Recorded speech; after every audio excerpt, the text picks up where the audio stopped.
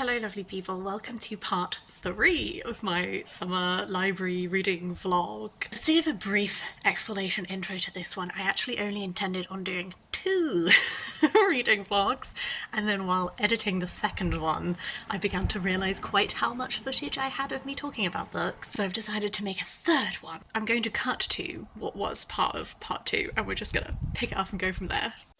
Sophie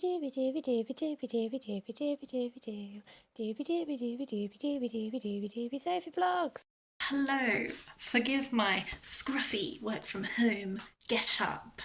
I've finished a few more books and I've also picked up books from the library, so I thought I would chat you through. 2 cookbooks I picked up from the library. The first one is Sour Cherries and Sunflowers, Recipes from Eastern Europe and Beyond by Anastasia Zolotarev. This I was excited about. I think Nigella Lawson might have posted about this actually on her Instagram. And the cover, so stunning. I don't know a lot about Eastern European food other than some very stereotypical ideas of dishes. So I just wanted to get it out just to see. It turns out this one isn't going to work for me because there is a lot of dairy and a lot of egg in this. But I did enjoy just having a little skim through and just getting a better sense of Eastern European cuisine. So that was fun. And then the other cookbook I was a little sad about personally. So this is Proper Healthy, 80 Plant-Based Recipes with a Boost by Calum Harris. Context, I own Calum's first cookbook and it is fantastic. I picked it up because Olivia Savannah over at Olivia's Catastrophe on her Instagram was doing a bunch of like cooking the recipes, posting the pictures, all of that. And it's great. I make the overnight oats all the time. I make the banana pancakes all the time. It's so good. And so I got this out from the library just to see if I might also want to buy this one. These look like wonderful recipes. My disappointment stems from the fact that I think there is an increased amount of soy present in all of these, which for me I cannot do because I am allergic to soy. Like, vast majority of these recipes either have tofu, soy sauce, miso in, and if not those, they have nuts in, which I'm also allergic to. So this was just a little sadness for me because I think so many of these recipes look delicious. I just can't eat them. But I would give a general shout out to Calum Harris. I think that his recipes, every single one that I've done has been really great, and when I have also found them all to be quite quick and not take 10,000 steps, which is fun. Now, on to reading updates. I got out and have started, and I'm 2/3 of the way through already, is a Bliss Montage, short stories by Ling. Confession. I am so drawn to book covers that have citrus fruit on them. This book and also Small Pleasures by Claire Chambers, for years I have considered buying, based only on the fact that they have oranges on the cover, and I just think that they look great, and I've always held myself back and been like, this is a stupid reason to buy a book, so if you I don't even know what this is about. It's like, it's short stories, I don't know anything about them. Hence, the library isn't the library gift. So I got this out. I'm enjoying it. As I said, like, I started it last night and I'm 60% of the way through, like, we are storming it. There is a really interesting, like, perspective, sense of unreality in this. I should give as a start point a massive trigger warning. The first 2 short stories in this talk about domestic violence, and it's like a very central focus, so do want to mention that.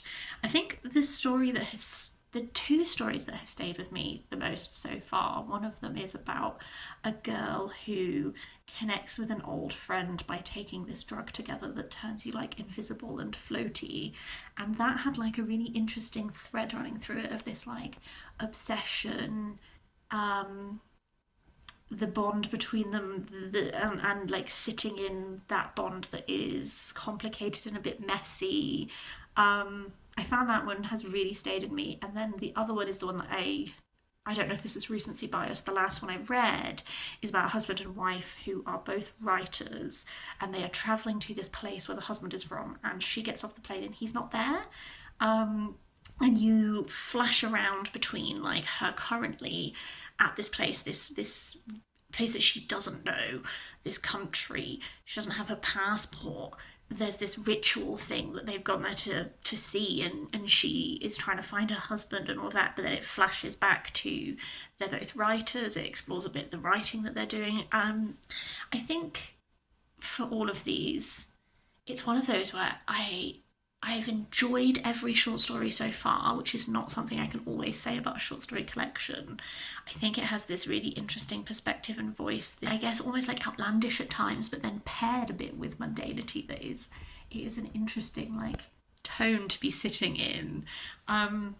It's not like blown my socks off, but I'm actually really enjoying it. I'm glad that I let the oranges tempt me. If you've read Small Pleasures by Claire Chambers, please could you let me know what you thought of it?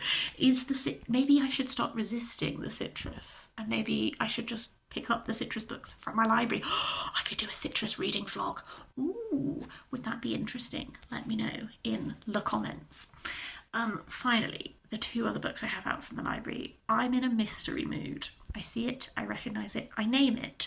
The two mystery books that I've got out from my library are The Examiner by Janice Hallett. She's having a Hallett moment, isn't she? This one appeals to me because it is following a group of they're not art history students, they are it's not art history, it's an actual art course, and the opener, I've read the first page, the opening is like this external examiner who has been provided with all of this information, and it's like if something has happened to one of the people on this course and other people are trying to hush it up. So an intriguing setup. I like arty things, so hyped.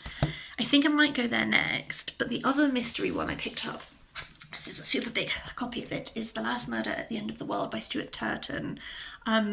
This is like a dyslexia friendly edition, so it's got this really great font and colour to make it more accessible to people with dyslexia, which is a wonderful thing to see. Stuart Turton, this would be my third of his books. I always think that he has really cool ideas.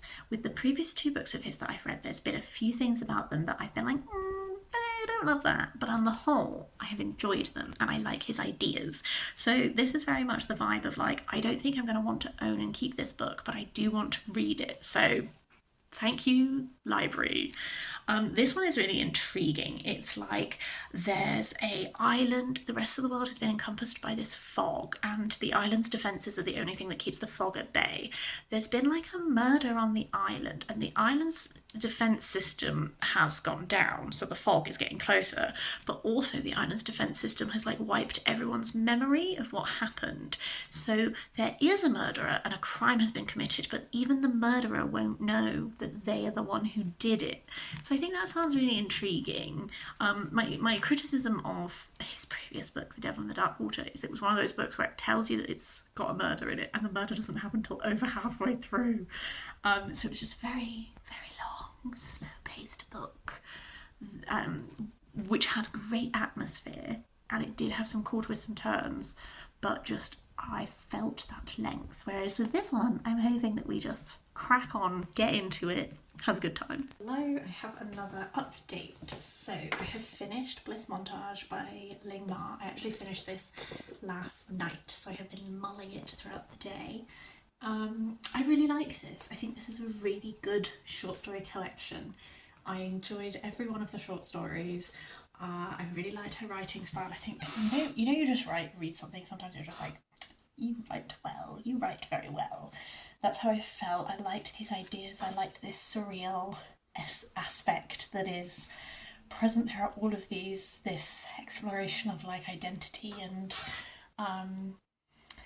there's like an otherworldliness and a openness to a lot of these stories that I think means that they'll really stay with me. My main critique of it is that I wish a few of them didn't have such open endings. There's a lot of open endings in this, and I think it's very much suits the type of stories that are being told.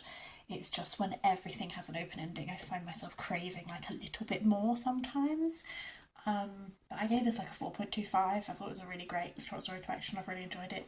It's making me think I should probably try and read Severance at some point. I also started reading The Examiner by Janice Hallett. I think I'm honestly like 2/3 of the way through, to be honest with you. I've been reading this one for 2 days so far. I think I'm probably going to finish it today. I am enjoying it. I always enjoy Janice. This is set on this art course, and similarly to the other ones, it's a mixed media telling, and you have these internal messages, these like personal diaries, these the actual art that they're making, and it's an examiner who is sifting through all of this and who believes that someone has gone missing and maybe in danger and all that kind of thing. This one actually is reminding me of other Janice Halletts quite strongly. There's a character in this called Jem who really strongly reminds me of, and I don't remember the character's name, in The Appeal, the one who's the nurse who is very clingy with the couple who are the new couple to the area.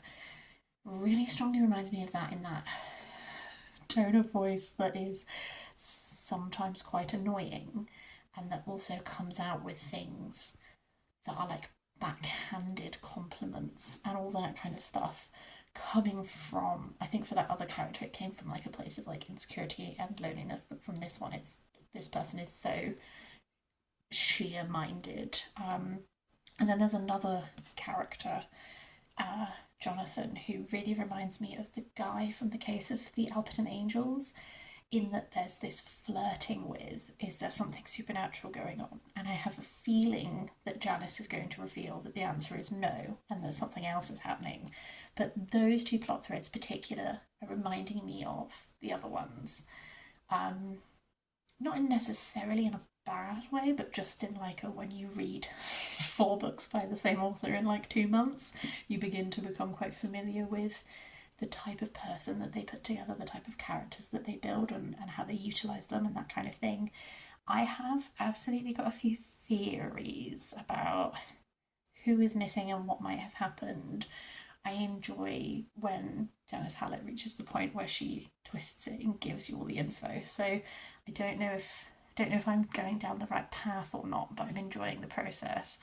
A lot of how I feel about the Janice Hallett books hinges on like what those reveals are and how that last portion of the book plays out, because often I find that final quarter of the book is the bit that I like the most.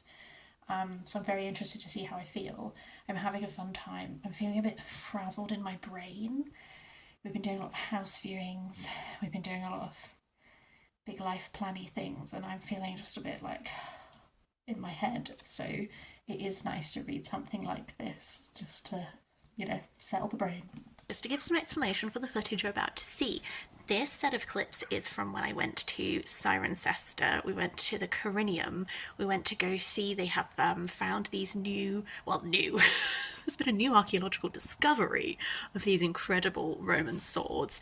And the Corinium is also just an amazing museum. It has so many Roman mosaics and this kind of thing, so that's what you're about to see.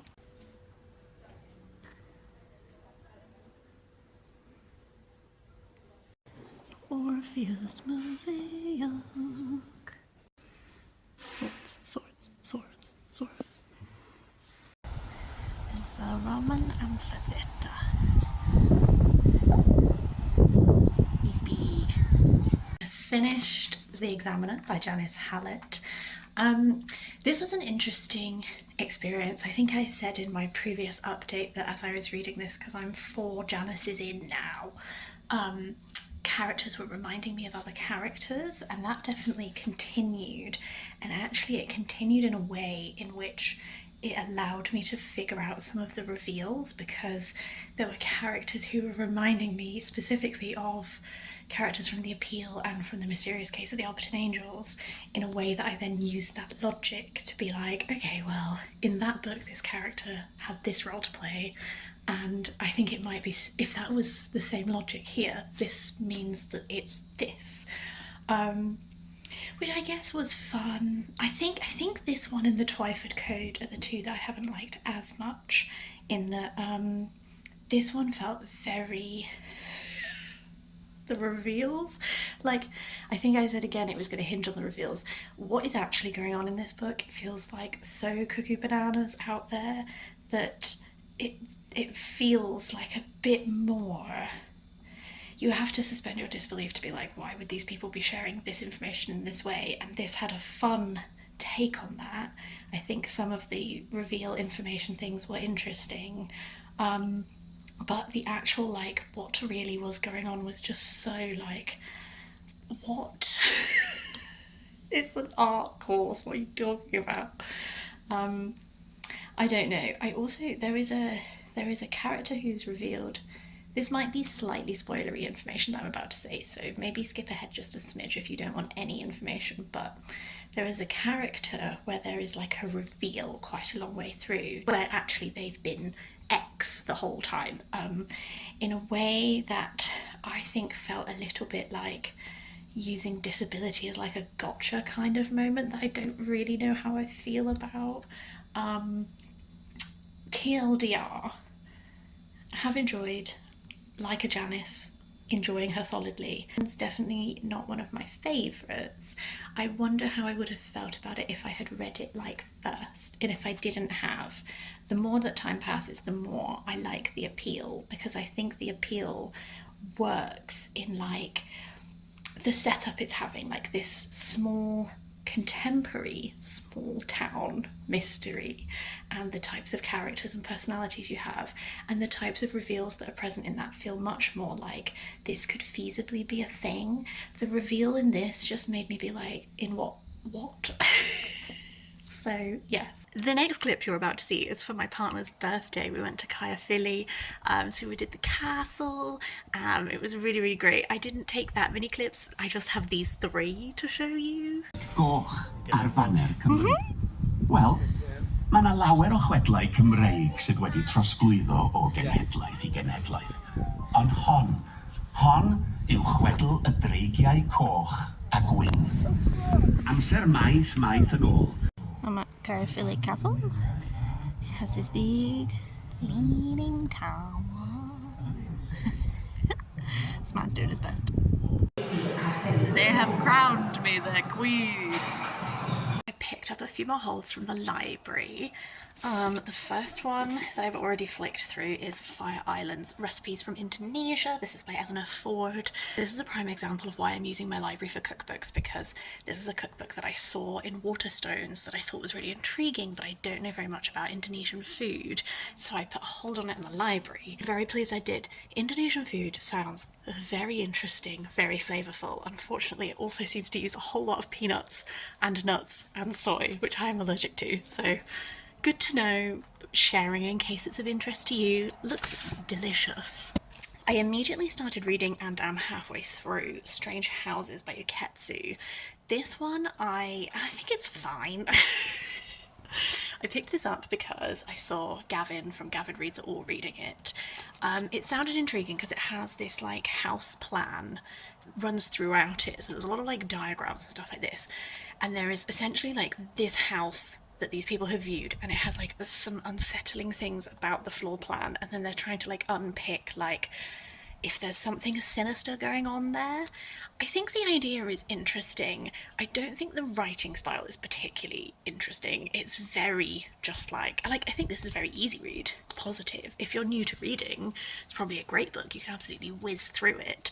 I don't find the writing style particularly jazzy. I'm intrigued by what the truth is, but not very driven with it. So this one I think is probably just going to be absolutely fine, but I wanted to dip my toe in.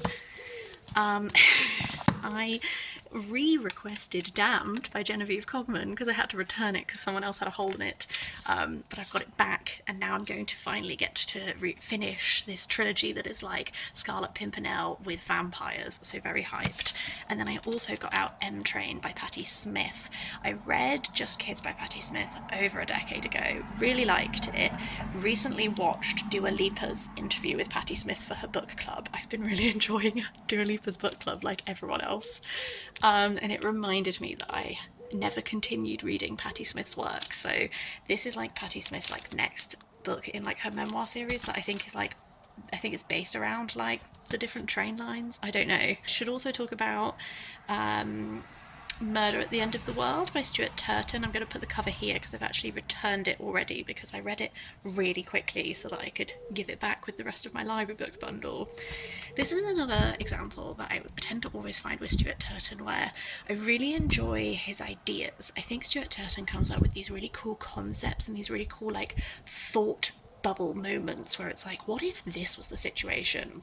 And for this one, it's, you know, what if it's like almost apocalyptic? You have just this band of survivors on this island that have this system to protect them from this deadly fog, and someone is murdered, and then the AI like wipes everyone's brains. So it's like they have to figure out who the murderer is in order to put the defense system thing back up. Otherwise, everyone's gonna die. I really like the concept of it. I enjoy reading Stuart Turton's books. I found with this one, as I found with The Devil in the Dark Blue Sea, is that what that was called?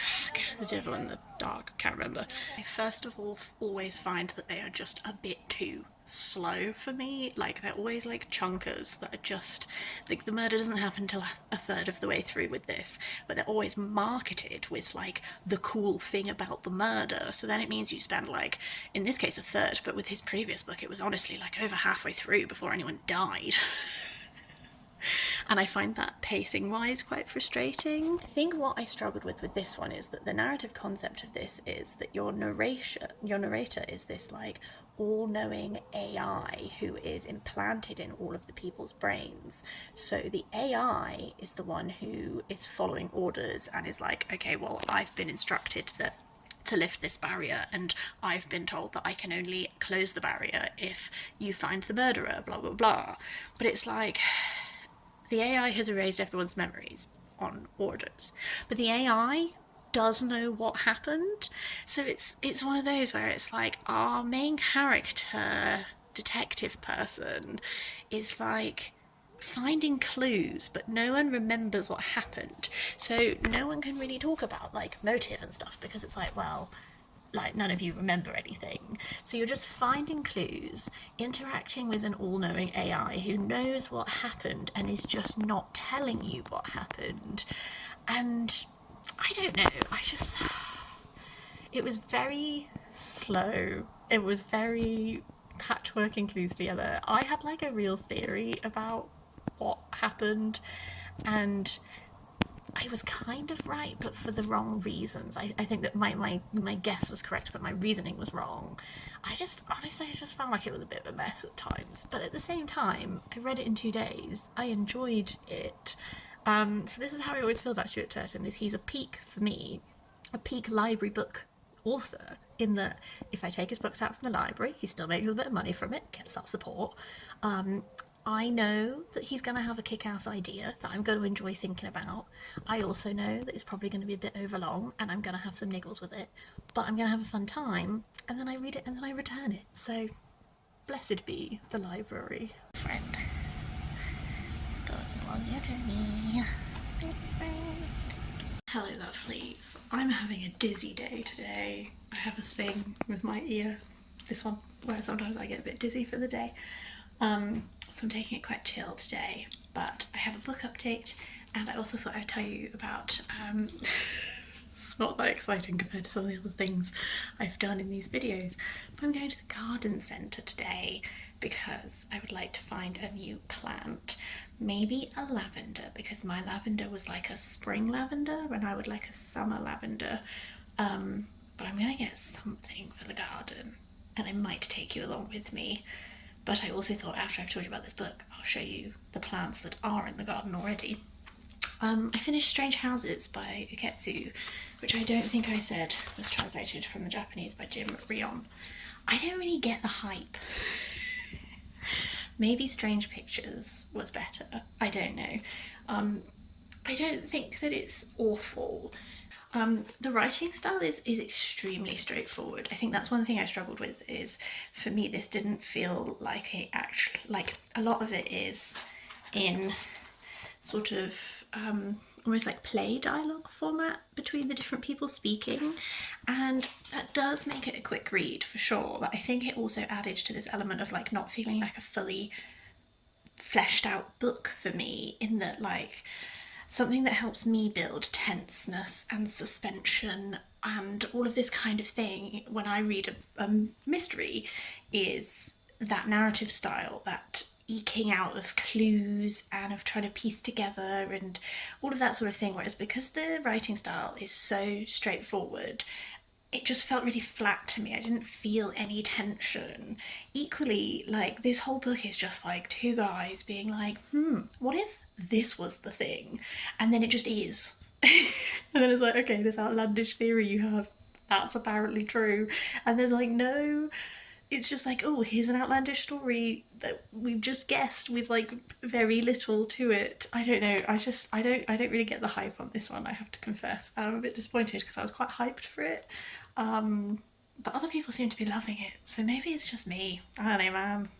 Okay, so these are my sunflowers, which my little niece and my stepmom planted together. My stepmom has like a soap business and she grows a lot of stuff herself and uses it to make things.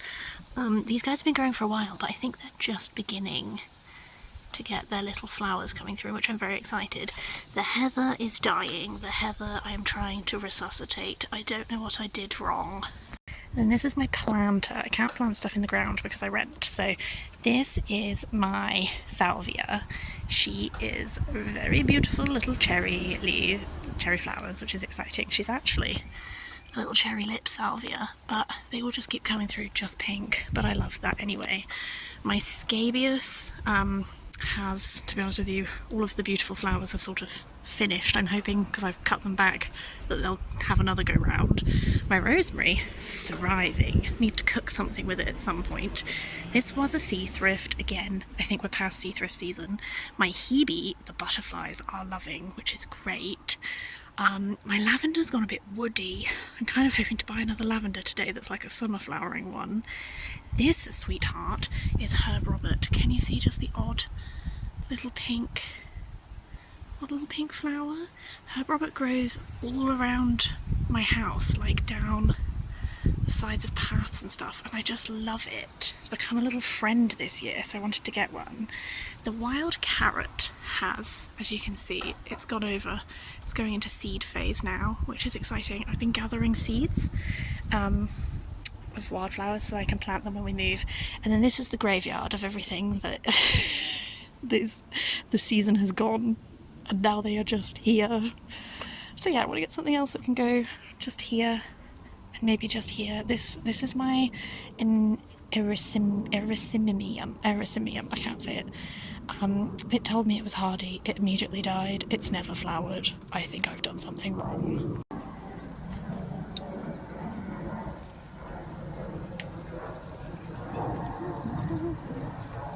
So many clouds for me to choose from.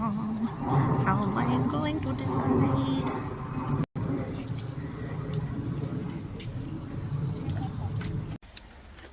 Look at this man. Also, this is a toadstool who loves golf. This is a toadstool who's also a dog. And this is a toadstool who's also a chef. Get it for your garden. We're back from the garden centre, so I just wanted to show you the little sweet friends that have made it home with me. This lovely lady is a penstemon. My partner chose this one. It had lots of little bees going into the beautiful tubular flowers, so this was his choice. I also picked up, what are you, my sweets, a teucrium, which is, again, the bees were loving this lady. They were all up in here, and it's a evergreen, so I thought that would be good. And then over here we have a verbena, because I've been meaning to get a verbena because the butterflies just love them so much. I'm very early on in my gardening journey. I cannot plant anything, I can only have pots. We're learning as we go. I would really love to hear, just a non-bookish thing, if you have favourite plants, if you have any like, what's your favourite plant in your garden? What's your favourite plant? Do you have any gardening tips for me? Please leave me a comment. Okay, I've made them fit. They're settled in. I've already seen a bee hit up the verbena. I'm so pleased. I've finished reading Chagall by Jacob Baal Teshuva, which is a lovely big Taschen book. I read this I keep meaning to give you like partway through updates of books and then I just read the whole thing in this. I just blitzed it last night. This was fab. I have read My Life by Mark Chagall, which I will talk about in more depth in my August reading wrap up, but it was a wonderful book that I really loved, and it really captured the essence of him, how he views the world, almost in a stream of consciousness flitting between time kind of way. The only downside of it is he wrote it when he was in his 30s, and because of this mixing around of time and everything, like, I actually just came away from it and I was like, I actually still don't really know that much about you biographically. So I'm really pleased that I did get this out from the library, because this gave me all of that stuff that I wanted after reading My Life. My Life helped me understand Chagall as an artist. This helped me understand much more about the time period in which he was working, the other artists that he was friends with, the artistic movements that he was and was not involved with, his evolution as an artist, which was really great. I would say that Chagall is not a painter who I love. I don't look at his paintings and I don't like feel it in my soul. I find his use of colour very interesting, and I think he uses colour, particularly as he went on in life, really well. I really associate him with this blue, but there's these vibrant yellow paintings and all this kind of thing, so I'm really pleased about that. What I've realised from reading this is what I love from him in his work is in later life he began trying out different mediums. So as I said, I saw these stunning stained glass windows by him in the Fraumünster in Zurich, and he did a lot of stained glass work that I just think is exquisite. He did mosaics and he carved, so it kind of like ceramics, but a lot of it was like carving kind of thing. Tapestries, oh my good lord, the tapestries, looking at the pictures in here, they look like paintings but they are woven, like that blows my mind. I also really liked can I show you these things? So I loved the ceiling he did for the Paris Opera House, which was absolutely beats. This is the ceiling he did for the Paris Opera House. Stunning. So yeah, this one was a very quick read actually, because although it does have quite a bit of text in it, a lot of this is big pictures. That's why I love a Taschen book. I'm so pleased. I really want to get Taschen books out of the library because they are quite expensive to buy, and particularly when it's an artist who I don't know if they're one that I really love, it's really nice to just be able to dabble. Hello, little wet-haired editing Sophie here to say that I'm going to call this video a day here, because I have realised I pretty much have enough to do a fourth one of these. So I'm going to wrap it up here. I would love to know if you have read any of these that I've talked about, what you thought of them, anything like that, and stay tuned for part 4.